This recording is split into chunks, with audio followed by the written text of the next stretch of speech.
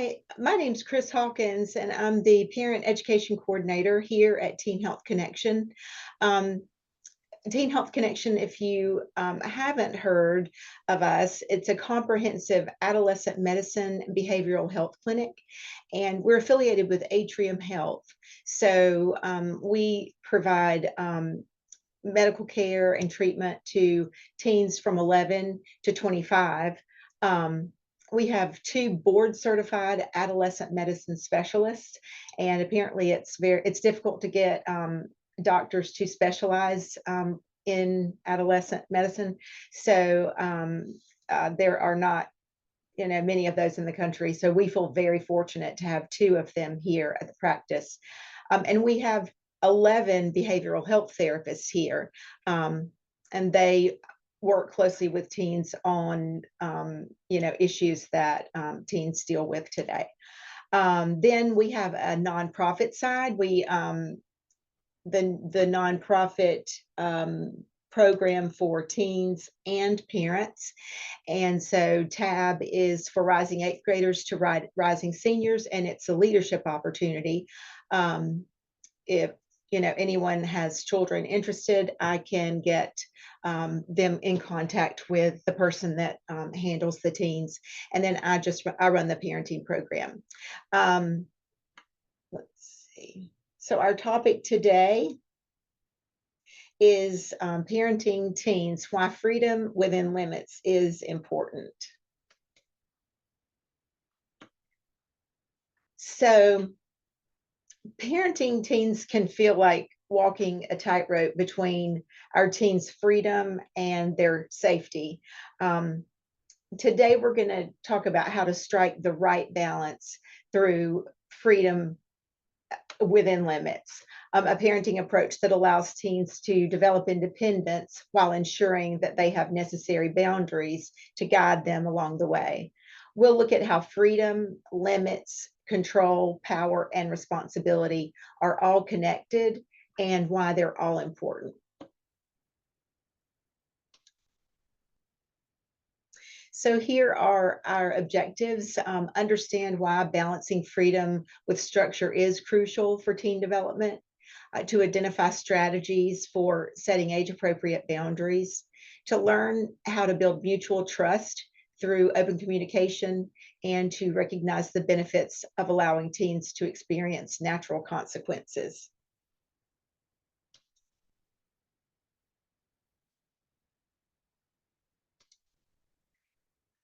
Parenting teens is a delicate balance of freedom and limits, requiring thoughtful use of power and control, while also encouraging responsibility. Freedom is essential for teens to explore their identity, build confidence, and develop decision-making skills. But unrestricted freedom can lead to risky behaviors and poor choices. Limits provide structure, safety, and guidance. When set appropriately, limits create a framework where freedom can exist without leading to harm. Power in the parent-teen relationship should be shared rather than wielded as authority. Teens naturally seek autonomy, and parents can guide them by collaborating instead of enforcing rigid rules. Control needs to shift gradually as teens mature. Instead of absolute control, parents can offer choices within boundaries, allowing teens to practice independence while still feeling supported. Responsibility is the bridge between freedom and limits. As teens demonstrate responsibility, such as making good choices and following through on commitments, parents can grant more freedom. If responsibility is lacking, reinforcing limits helps teens learn accountability. When parents balance freedom within limits, share power rather than impose control, and link privileges to demonstrated responsibility, they set the stage for their teen to develop into a confident, self-regulated adult.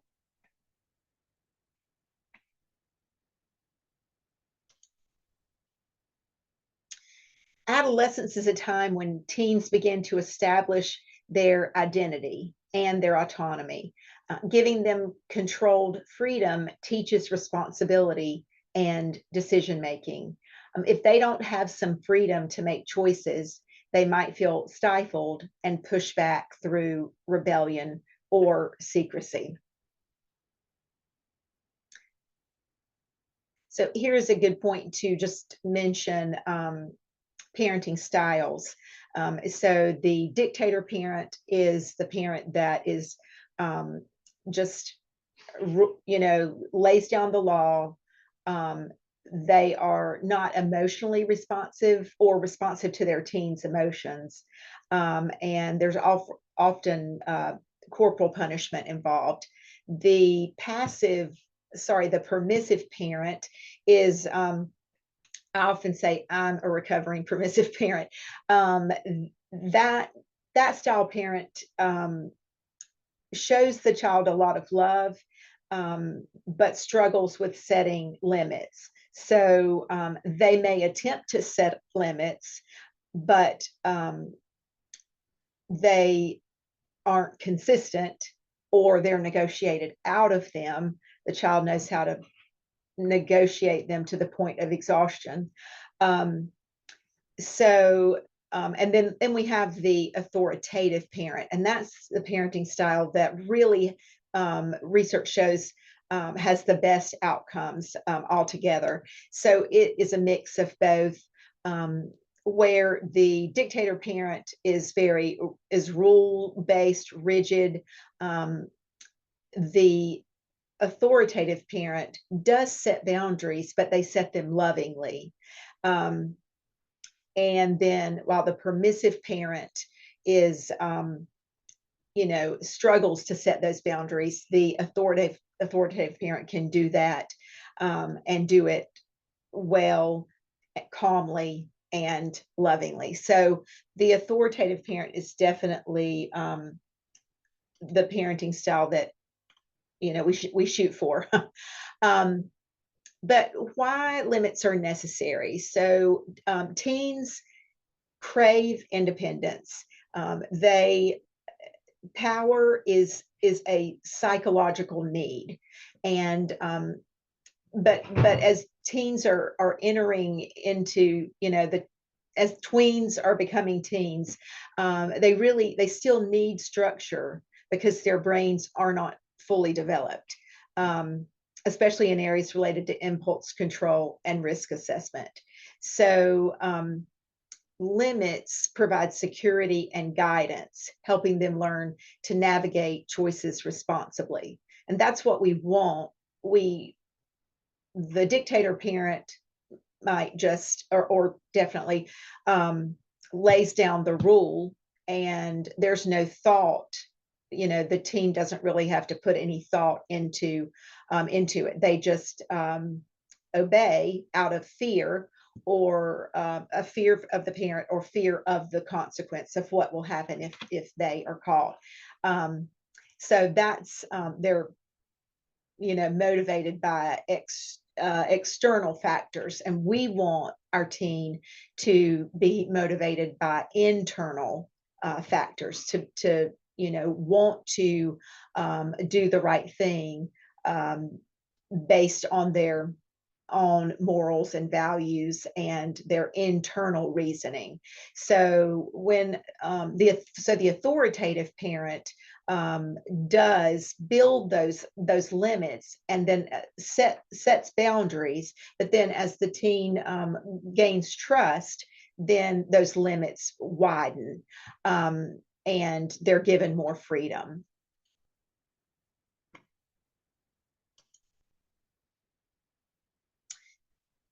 When we give too much freedom, teens might engage in risky behaviors. And when we set too many limits, they might feel controlled and rebel. So the key is that balanced approach, the authoritative parenting style, gradually increasing their independence as they demonstrate responsibility.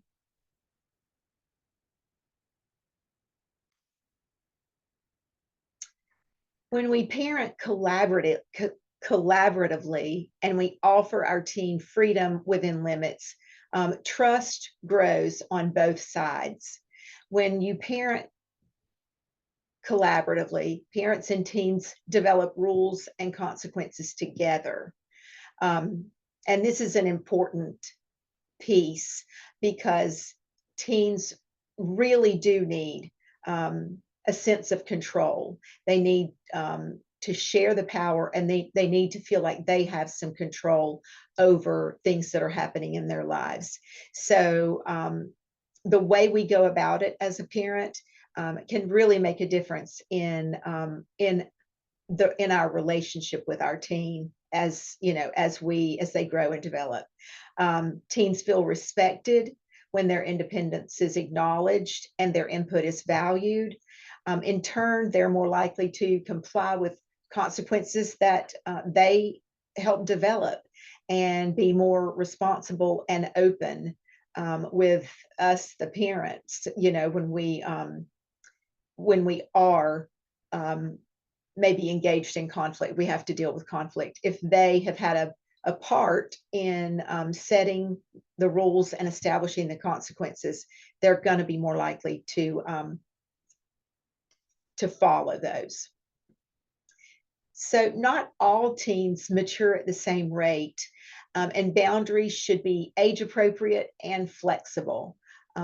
Set expectations clearly, though, and ensure that your teen understands what happens if those expectations aren't met. Ideally, if appropriate, the parent and teen have established the expectations and the consequences of not meeting them together.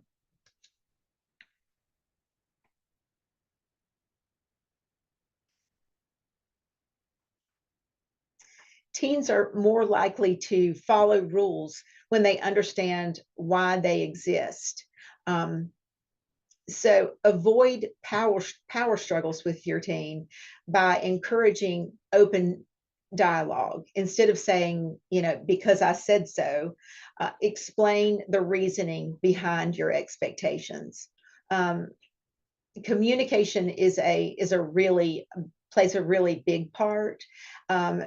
So we do have to remember, when we are being direct and specific, that is a great thing. We also have to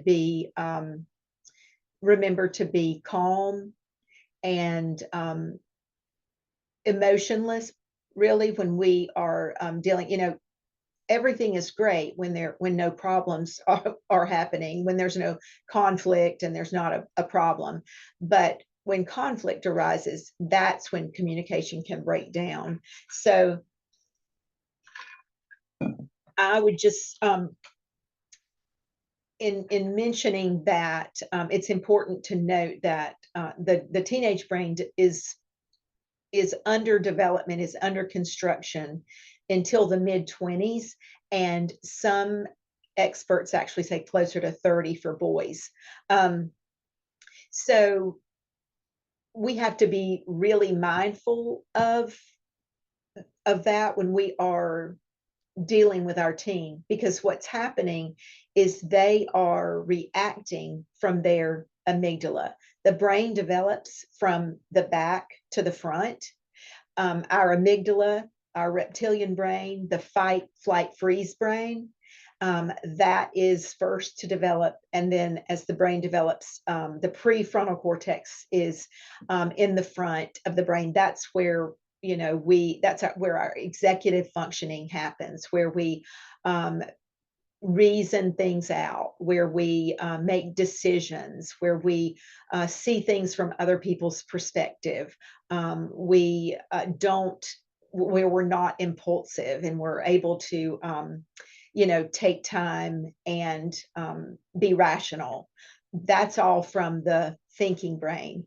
And the teen isn't able to do that. They're just biologically reacting from that emotional brain, especially when conflict occurs. We can guide the teen to think and to use that prefrontal cortex that is making connections, but in those really stressful times, that is going to be virtually impossible for the teen. So I like to tell parents, I like to say, and really I speak to myself as well, I have a 20-year-old and a 25-year-old. We have to remember that it is our responsibility. The integrity of the relationship with our teen is our responsibility, because they just don't have the capacity to enter into rational thought when conflict is occurring. Now I will say at this point that when adults are under stress, and let's admit parenting teens can be stressful, and when we're in conflict with our teen, that's stressful. And so when that happens, guess what? Our prefrontal cortex is blocked.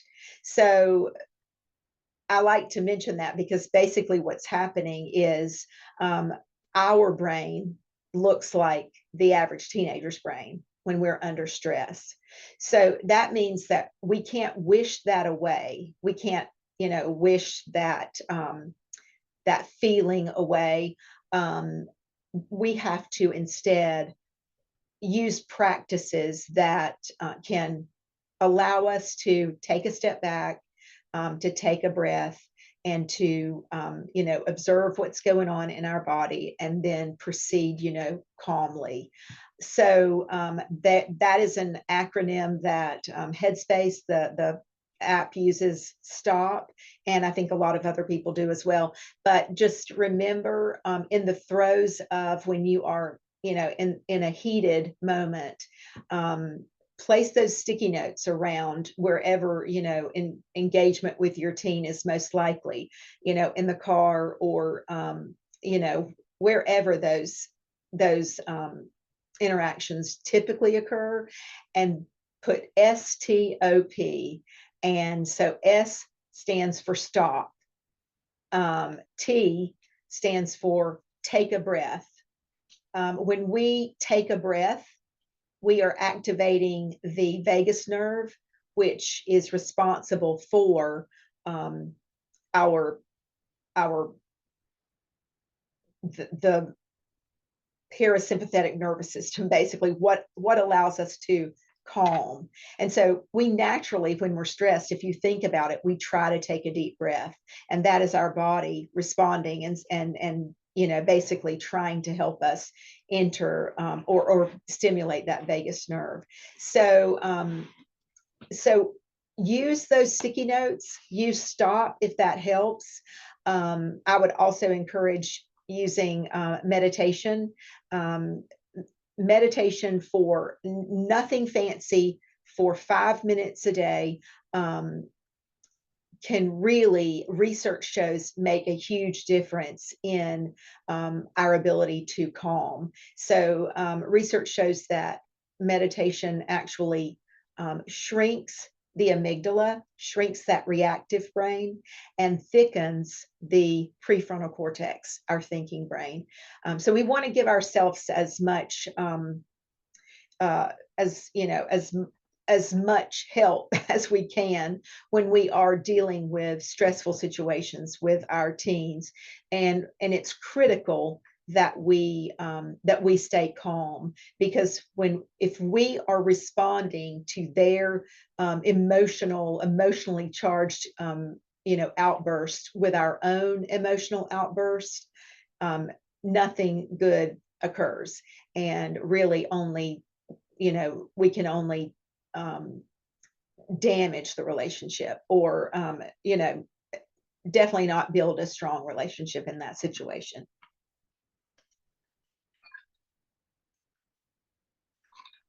So we always have to consider with freedom comes great responsibility. And I love the quote that Eleanor Roosevelt said: freedom makes a huge requirement of every human being. With freedom comes responsibility. So when teens show responsibility, definitely reward them with more freedom.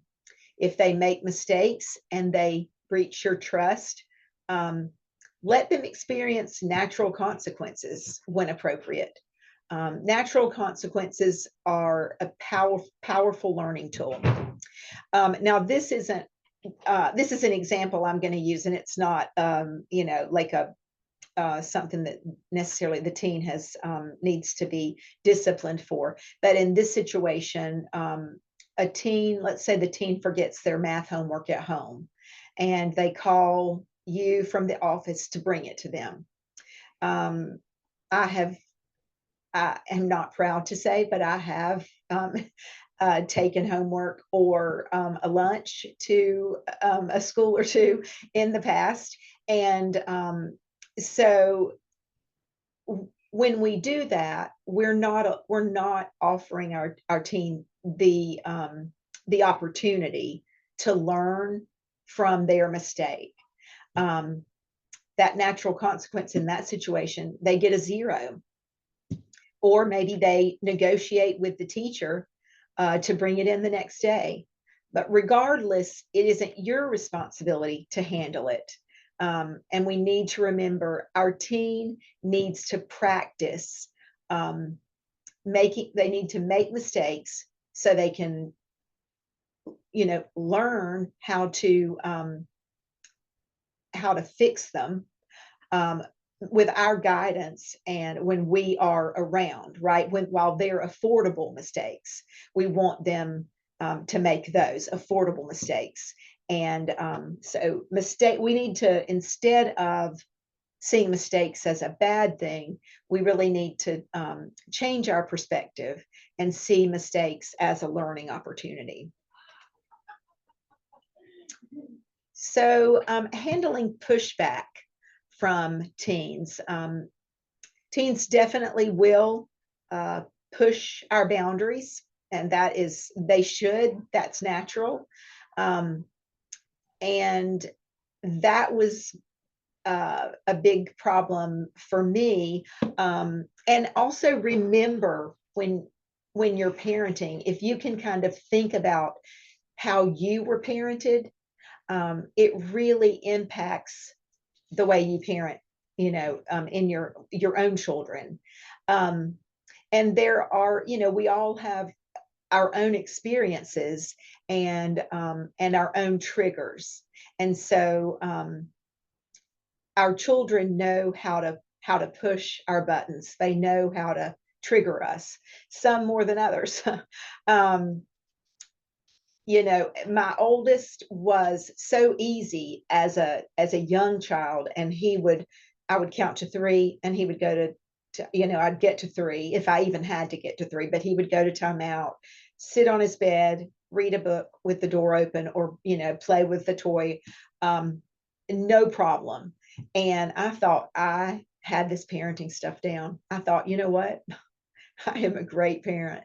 And then I had my younger son, and the God of my understanding winked and said, guess what? You're not such a great parent.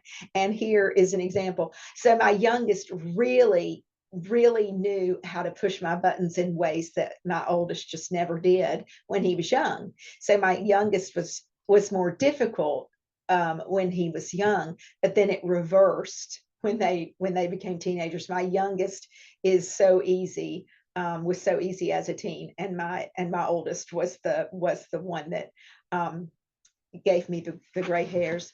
But we just need to so what I would do is my teen would negotiate, and just negotiate, and when I would try to stop the conversation, he knew how to rope me back in. So that really, that led to just power struggles, and that just damaged our relationship. It definitely didn't help the situation. So it's really important instead of engaging in those power struggles. If we can find a way to help ourselves stay calm, but hold firm to those boundaries, that's important. And when possible, give your teen choices, you know, so that they feel involved in the decision-making process. When we allow them to share power and control, we actually are building their self-confidence. They feel valued. They feel, you know, that we trust them, and that makes a huge difference, just in their self-esteem and how they feel about themselves, which in the long run makes a big difference as well. When a child is self-confident, you know, has a high self-esteem, they're less likely to have anxiety, depression. They're more likely to be you know, successful in school. Just these are some of the things, that the outcomes that research has shown. Building mutual trust. So definitely, this is a quote from Dr. Spock: parental trust is extremely important in the guidance of adolescent children as they get further and further away from the direct supervision of their parents and teachers. I don't mean that trust without clear guidance is enough, but guidance without trust is worthless. So if we think about those parenting styles again, you know, guidance, the dictator parent is laying down the law, you know, trying to, it's really not guidance, it's more control. But that really is not helpful, and that does not build trust. So, you know, trust is a two-way street, and we need to remember to keep our promises and follow through with them, and encourage honesty by modeling it. So we do have to show our teen that we are trustworthy.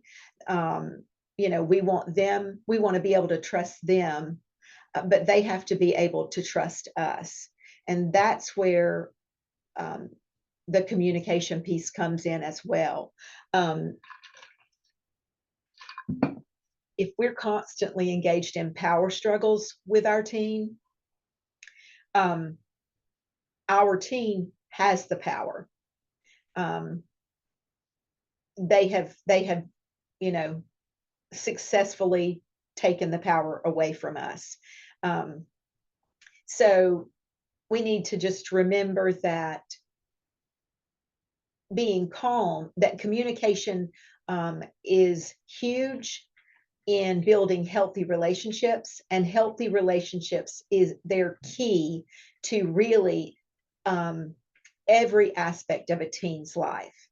You know, healthy relationships with parents and caregivers, or even if one loving person, if they have a healthy relationship with one loving adult, you know, that can make a difference in their physical, emotional, and mental health all the way around. So I can't stress enough how important the communication piece is. And so why we need to remember that when we're stressed out, when we are in conflict with our teen, our prefrontal cortex is blocked, and we are going to want to react emotionally. Some people more than others because of their experience as children, because of their specific triggers. But we, you know, when we are in conflict, our emotional brain is reacted. So we have to find the ways that work for us, that help us to step back, to take a breath, to be calm. When we can engage in healthy conversation with our teen. Or if there is no possibility, if the conflict is so big, and you are so angry at something, maybe your teen comes home and you smell alcohol on their breath, and you think, I can't have this conversation tonight. It's a really important conversation. We're gonna have it, but I need to be calm and I need to be thinking rationally when we have the conversation. So it definitely is okay to postpone a really important conversation to a time when both parties can be calm. The same as if your teen is unable to calm and they are screaming, and or they just seem to be not hearing anything you're saying. It's important to just stop that conversation then and say, when your voice is as calm as mine, we can continue. But if not, we're not going to make any progress. So we need to wait until we're both calm.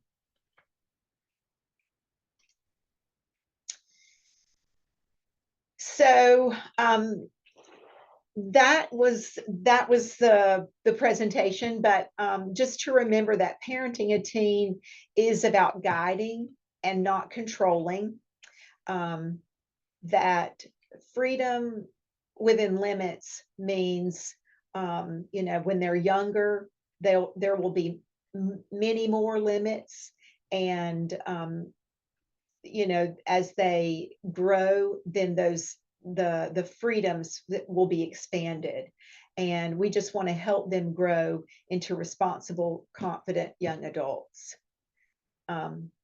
So thank you for your time.